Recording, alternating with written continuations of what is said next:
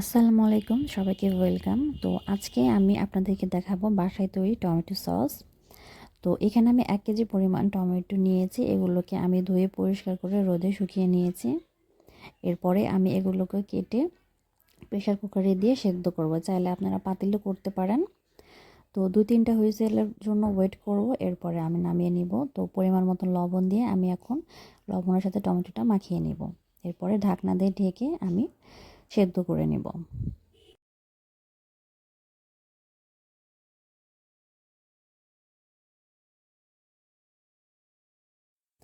তো সেদ্ধ করার পরে আমি একটি ব্লেন্ডারের সাহায্যে ব্লেন্ড করে নিব।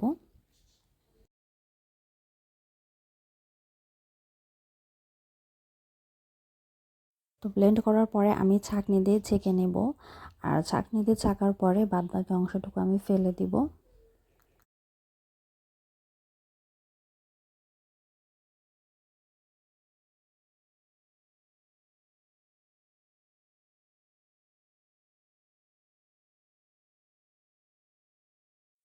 এই টমেটো সস আপনারা তৈরি করে ডিপ ফ্রিজে রেখে সারা বছর খেতে পারেন।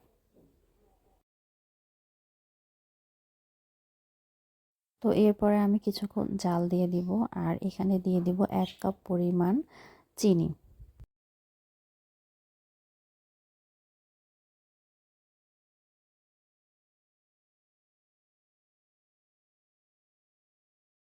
চিনি দেওয়ার পরে আমি দিয়ে দেব পরিমাণ মতন মরিচের গুঁড়া আর ভিনেগার 1/2 কাপ পরিমাণ। ভিনেগারটি দিলে সসটা পারফেক্ট থাকবে এবং নর্মাল ফ্রিজে রেখে দিলেও এই সসটা নষ্ট হবে না।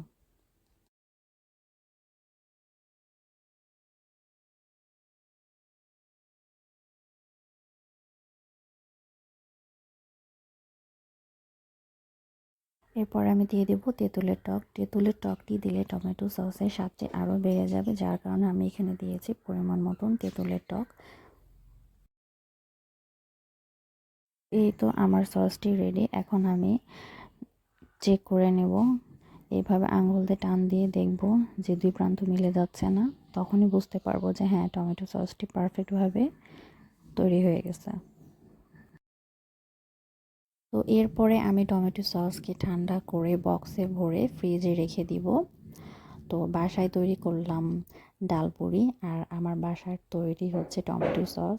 তো দুইটাই খেতে অনেক দারুণ হয়েছে। আশা করি আপনারা বাসায় অবশ্যই একটি বানিয়ে ফ্রিজে রেখে দিবেন। সবাইকে অনেক ধন্যবাদ ভিডিওটি দেখার জন্য।